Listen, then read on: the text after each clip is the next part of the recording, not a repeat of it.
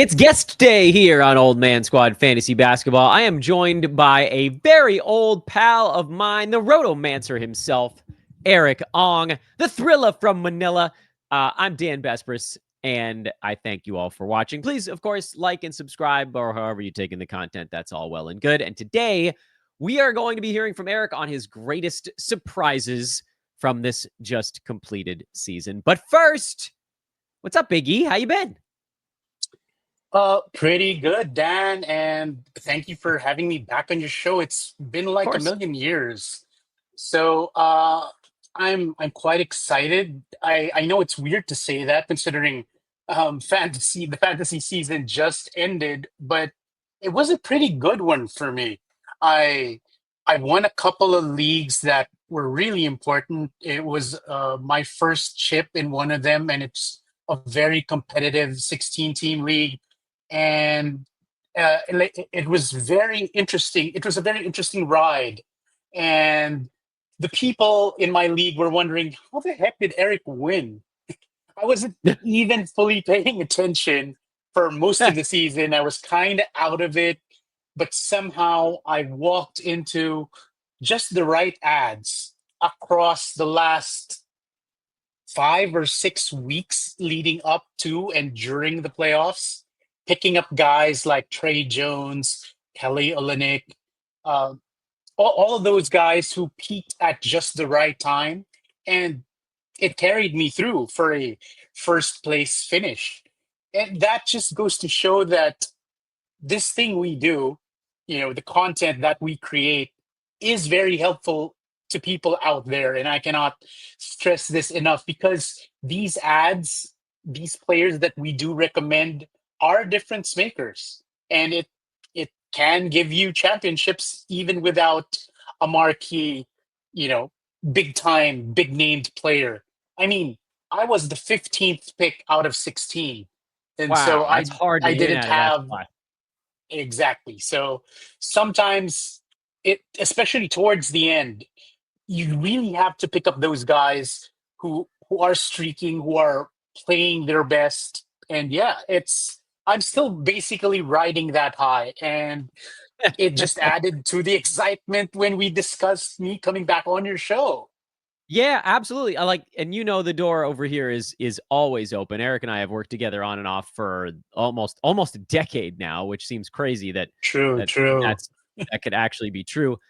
Yeah, me too. By the way, this was a really fun year. This was actually the most I've ever won financially in fantasy this season. I was able to get a new laptop that I very badly needed because my old one basically wouldn't boot up anymore. It's fun when things kind of come together. And I do think that, at least on my side, and then I want to jump into some of your surprises. Like, I firmly believe that the reason I had a bigger season was that I was really able to dedicate myself exclusively to studying fantasy. And this is not a knock on what I did before, but I had about 35 jobs back at the old spot. And now running this pod network, I have like two, which is like do my show and make sure everybody else's shows are going out the way they want them to. Like, that's a lot less from a variety standpoint. And it just allows me to sort of reallocate my time to the thing that I wanted to do when I got into the fantasy space to begin with. So I'm glad you brought that up. It gave me like a opportunity to kind of segue into the joy of season one here on the Old Man Squad. But so, and also, by the way, I should say I'm not surprised, Erik, on your win, because you and I have talked in the past about like creating a niche in the fantasy space. And one of the things that you and I had talked about was deep league stuff. That's always been your forte. So throw you in a 16 teamer, and now we know you can literally win it with your eyes closed. But let's go to number one on the board today. Who was one of your surprises from this season? Basically, our goal for this show is not only to bring up the player, but to figure out why certain things happened, why it was a surprise, and if there's something we can learn from it as we pivot towards next year. Very good, very good. Yeah, I let's jump right into it. So, folks, before prepping for the show, Dan told me to list around four names of players who surprised me this season, and I would be simply remiss to be a guest on the Old Man Squad if I didn't, Where we're going. mention an old man. Um, and he's got got to be the first name on this list, and he's none other than Chris Paul, who, by the way, I must, be transparent that I've been a huge, huge fan of Chris Paul, but that was like 10 years ago. So, uh, not now, Literally not before we met. literally before Dan and I met. But seriously, Chris Paul um, is somebody I've written off. And the people who've listened to me and have read my stuff know that I'm not as much into these older players, old, reliable guys that Dan is really into, and hence Old Man Squad was born, etc. Yep. So I've never been into Chris Paul over the last, call it four seasons, I would say. Ah, four But seasons. to be fair, I did have one share of Chris Paul this season. It was like after the top. He was effectively a late round flyer in a 14 team head to head league. Just for context. But I wasn't really expecting much at the time. I was thinking, I need some guy who's going to give me assists and steals and hopefully good field goal. Duh. But see, but Chris Paul in a young Spurs team really didn't sit great with me. So my expectations were low, to be honest. So uh, on to the surprise. Chris Paul ended up playing 82 games this season. So Dan, a bit of trivia. Do you know the last time Chris Paul played 82 games in his career? I only know because I'm putting it on the screen for the YouTubers to see right now. It was Right. literally a full decade ago. Exactly. 10 years ago was the last time Chris Paul played in 82 games. And since the 2016-17 season, Paul has played 70 games or fewer, hitting the 70 game mark just twice. So you could call him an injury prone guy over the last, decade, right? And because of that, he had like an ADP of 105 in Yahoo leagues and 120 in ESPN coming into this season. Now, somehow, Paul finished 83rd overall in 9 cat per game rankings. And that was a bit of a surprise because I wasn't expecting him to still be inside the top 100. It was a very good and pleasant surprise. But let's be clear, there were some, you know, pullbacks in his stats finally. And we've been expecting this seemingly like forever. He had only 8.8 points per game, and the field goal really suffered already at 42.7%, I believe. So there is a decline. It's very clear. But at the end of the day, guys like me who decided to roll the dice on Chris Paul were just after his 7.5 ish dimes and 1.3 steals, which he delivered on. So I was, because of my lowered expectations, I ended up being pleasantly surprised. How about you, Dan? Did you have any Chris Paul shares in your I old did. I man mean, people. squads? Yeah, to no one's surprise, yes, I did have Chris Paul on a couple of teams. I but I sort of took him it backwards to the way that it ended up working out. And I was like, yeah, I don't think I'm going to draft him on any head to head teams because I figured he was going to play 65 games in a good spot and he was going to be the veteran leader and, help the young guys kind of figure out how to play together. And then instead, he actually was a totals monster. He was top 55 by totals because of playing in those 82 games, which made him a very safe head to head play somehow. That said, and I think you'll agree with me on this one because you're not as big into old dudes as I am. And so if I'm saying it, then that means everybody probably is already there. I don't think I want Chris Paul next year now that De'Aaron Fox is in San Antonio. That to me was the big difference maker. He only averaged about 6 assists down the stretch, and that would drop him outside the top 100. So I feel like this might have been the last hurrah. You know what? I totally agree. Plus the fact that we've seen the breakout of Rookie of the Year, Stephon Castle, right? So you can expect De'Aaron Fox and Castle to be hoarding those minutes at the guard Yeah. spots. And at this point in Paul's career, we should expect his role to be that much clearer. He's going to be more of that locker room type of influence, if you'd say, right? Yeah. So, you know, I'm I guess I enjoyed one last run Yeah. with One- CP3. So That's right. One last so ride. neither you nor I will be recommending Chris Paul as a draft target unless he's literally like last pick, maybe not even. I have my doubts whether he will be somebody who will attract a lot of attention, but maybe as a last round flyer at best, just to Yeah. boost in Yeah. assists because that's all he's good for at this point, Yep.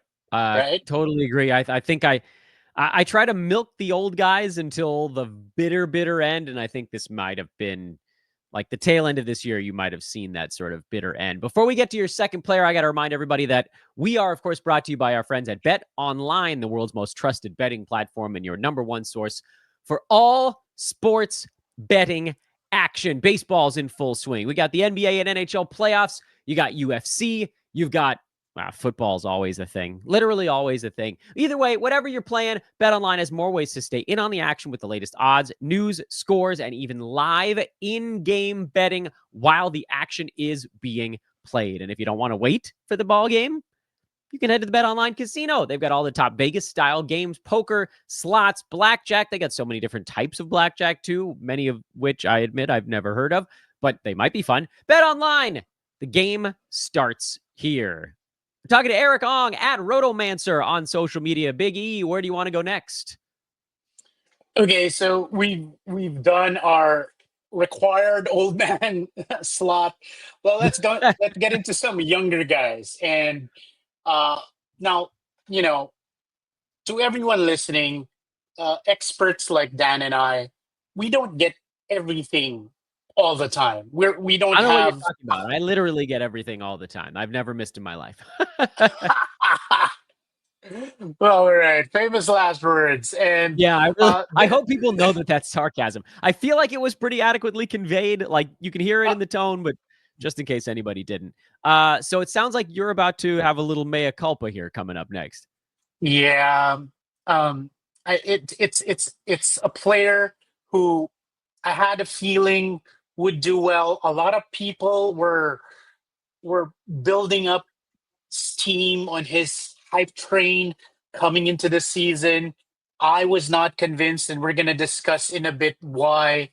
But Amen Thompson totally shocked me. I mean, I was not prepared for the amazing statistical season that this 22-year-old was able to deliver in fantasy basketball. So So I I'm took curious why, because I was like semi high on him, and then I got talked into being even higher. So I'm curious as to why you remained down on him coming into this year, and then I think this is a cool opportunity for us to potentially learn from it as well. Oh yeah, of course. It's a great opportunity to clinic our thought processes when it comes to these things. And in my case, why I wasn't able to jump in and target him aggressively was because I had concerns about his potential playing time. Because towards the end of 23-24, he showed, I have to admit, he showed spots of, greatness where he flashed his crazy athleticism, and you could tell that this kid could ball. But I was concerned whether or not Thompson would be able to, you know, uh, get enough time on the floor, etc. He wasn't projected initially as a starter, right? True. But Yeah. And he wasn't. that Yeah.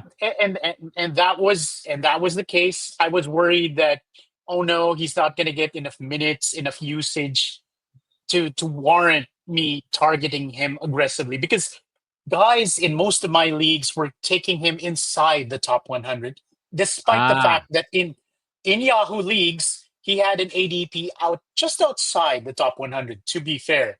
And that was kind of the spot where I wanted him. It's just that in the metagame where I had most of my leagues, there were a lot of people really high on Thompson. So now I didn't target him as aggressively, say, as one of my guys like everybody knows me, knows I was one of those people who were really in on Dyson Daniels. I targeted him really aggressively, and I got him in more than half my leagues, and it paid off.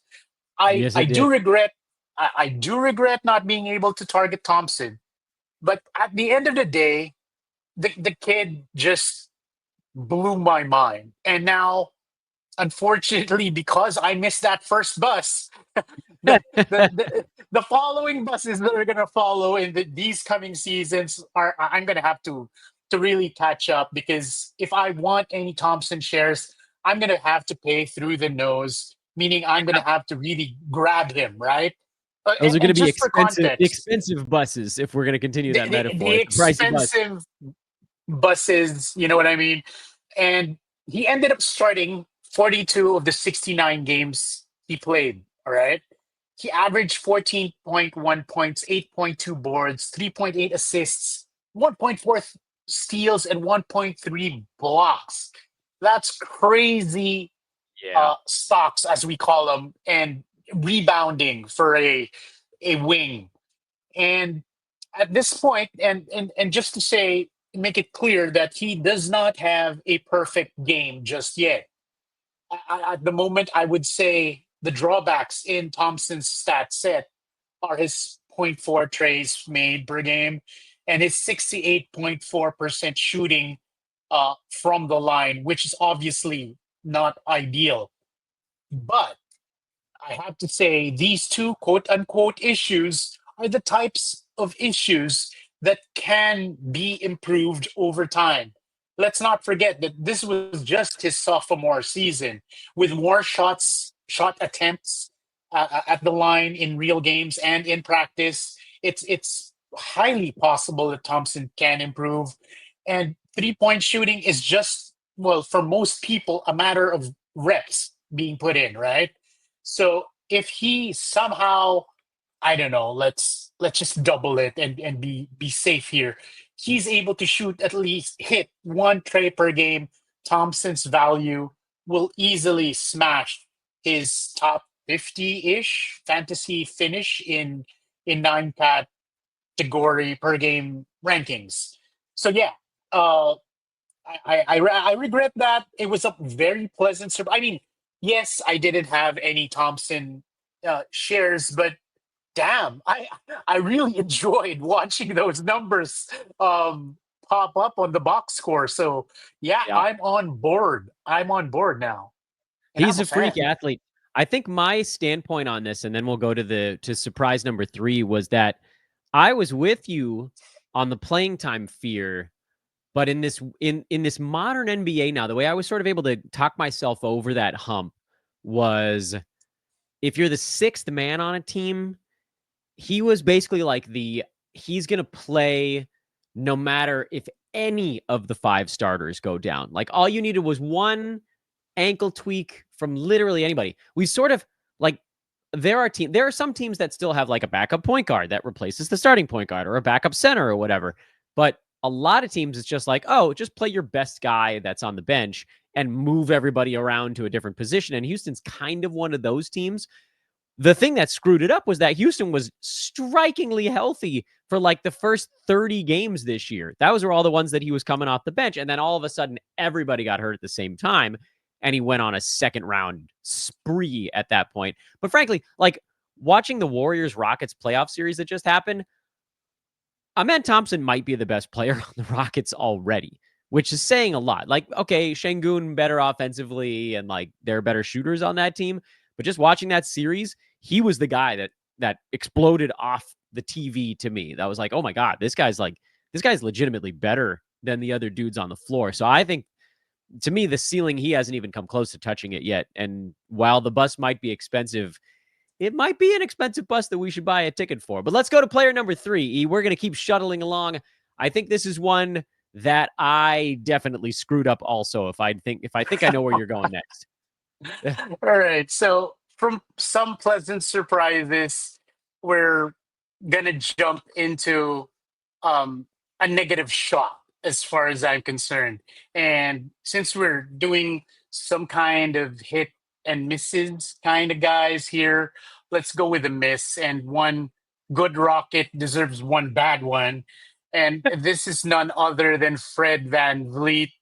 And to the people who were following me preseason, I was, high on Van Vliet. I was calling him pretty much underrated given the ADP that he was going at early on. He was getting ignored. I was going, hey, guys, jump on Fred Van Vliet. He's going to do well. He's blah, blah, blah, blah. He's going to give you threes, assists, steals, you know. But at the end of the day, Van Vliet was one of the bigger busts. And yeah, he was a miss for me. He ended up shooting too Two. horribly. I mean, he wasn't a great shooter accuracy wise from the field, never has been, but he had a significant drop in scoring, uh, and as well as his field goal shooting, which dropped down to 37.8%. It was just bad enough for Van Vliet to suffer. And I was picking him up or drafting him somewhere in the 30s, and I was kind of happy. But at the end of the season, no, I wasn't happy. Now, my question is: so, Dan, you also said that because you know who I was about to talk about. Um, do we? And I'll start with you here. Do you trust FVV to bounce back next season? Sort of is my answer to that question. Because like you, I doinked this one. He's been a pillar of consistency for years and years and years and years. And then all of a sudden, like you already talked about, the field goal percent falling off by 4% year over year. The 3-point percent was actually a career worst mark, as folks on YouTube can see on their screen. He shot just 34.5% from downtown. Previous, no, not career worst. His last season in Toronto was also about 34.5, 34.2, but he's basically down near the bottom in everything. It was a career worst foul shooting year this season at just 81% after 86 last year, 90 the year before that. Assists were down. I think we could kind of see that coming with more Şengün, more Amen Thompson, and just sort of more young guys. And the blocks moved back towards steals because they changed how they were scoring stuff with about 2 months to go the previous season. But the stuff that, so like when I was saying draft him in the third round, it was with the idea, it was sort of like in my mind, it was kind of baked in that he probably wasn't going to be as good as last season when Şengün missed the last 2 months. But even with a small drop off, it still felt like he could still get to mid 30s, 40 range or whatever and be fine. No, the thing we didn't see coming was a massive field goal percent drop off on top of everything else. That is a pretty unpredictable number from a pretty predictable guy in that he has dropped into the 30s before, but 39, 39.3. Never has he dropped below 38 for an entire season. And if you just adjust the field goal percent back up to 40, his career mark, he jumps from mid 60s to mid 40s in ranking. That's all it would have taken. So we weren't on the initial handicap, we weren't that far off, but then bad stuff happened on top of the already kind of lackluster overall numbers that turned him into a clunker. So I think there's some stuff to learn from it in terms of like, look, you have to figure out how much how much less a guy is going to do when his role is shrinking. But also, sometimes there are just going to be guys that have terrible shooting years, and there's not a whole lot we can do about it. And on the flip side, someone like Nikola Vucevic had the world's greatest shooting year this season. And I like Vuce. I've been a big Vuce guy for a long time, but like Same. never in a million years did anyone in the fantasy space or reality space think he was going to just like all of a sudden have an effective field goal percent of like 65. That came out of nowhere. So unfortunately, it happens on both sides. Sometimes guys don't have a mean reversion over the span of one full year. You could say Freddie's mean reversion was last year and this year put together. which leveled off to about 40. It just took an entire season for it to get screwed up there. So yeah, we all wore that one. I think if he gets drafted in the 40s next year, I would probably look at him because I think he probably does bounce back up a little bit, provided he's back in Houston. I think it's a team option, or yeah, it's a team option for like $50 million. It's a lot of money. So I don't know what's going to happen there. And we can kind of reassess that in July when we know more about his whereabouts.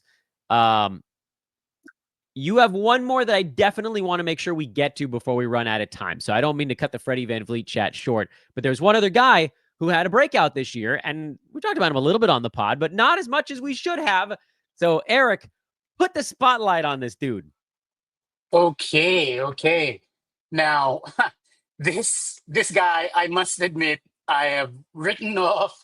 I wrote him off heading into the season because in 23-24, he ended the season ranked 196th overall. Yeah. So that's closer to the top 200 than anything. So when I was prepping for 24-25, I go, huh? Do I want to roll the dice on a Jaden McDaniels? Nah. So I Oh, was like, and all right, fine. In 22-23, he finished 116, which is, a fringe standard league value. But right. before that, in 21-22, he was 181st. So this guy has never finished inside the top 100 over the last 3 seasons leading up to this one. And lo and behold, Jaden McDaniels finally wakes up. Finally, knock on wood, he continues because I love the stat set. I admire his real life um, defensive capabilities, and I've been so frustrated over the last several seasons on McDaniel's not being able to translate all that real life impact onto the box scores. Okay, he finished 76th overall on in per game 9 cat rankings. Crazy, crazy. So context, guys. What do we think finally happened here? I think the biggest factor here was the departure of Carl Anthony Towns. His being out of the picture really opened up a clearer role for McDaniels because at the end of the day, it seemed like while he was playing alongside Cat, McDaniels was doing this and that, but it wasn't really clear what he was supposed to do beyond trying his best to lock down on defense the best opposing player. But finally, when Cat left the Timberwolves, we finally see McDaniels improved pretty much across the board. He used to be known for being a guy who'd provide hollow stat lines despite playing over 30 minutes per game. Now, this season, he contributed 5.7 rebounds, 1.3 steals, which were juicy, and zero point 0.9 blocks per game, aside from, one three-pointer. So that puts him in a really elite niche of players who us fantasy analysts just love. McDaniels is what we call a 1-1-1 guy, meaning Mhm. he's capable of delivering one steal, one block, and one three-pointer a game. So beyond that, fantasy goodness of, statistically speaking, McDaniels really emerged as a two-way threat down the stretch. I don't know if you were following those games, Dan, where McDaniels was suddenly the second leading scorer, or even there was a game where he led the Wolves in scoring. I mean, damn, this role player can ball. He's a legit two-way threat. I mean, after the All-Star break, McDaniels started to really come into his own on the offensive side of the ball. I mean, McDaniels dropped a crazy career high night against the Blazers on, let me look that up, Feb 8th. Yeah, Feb 8th.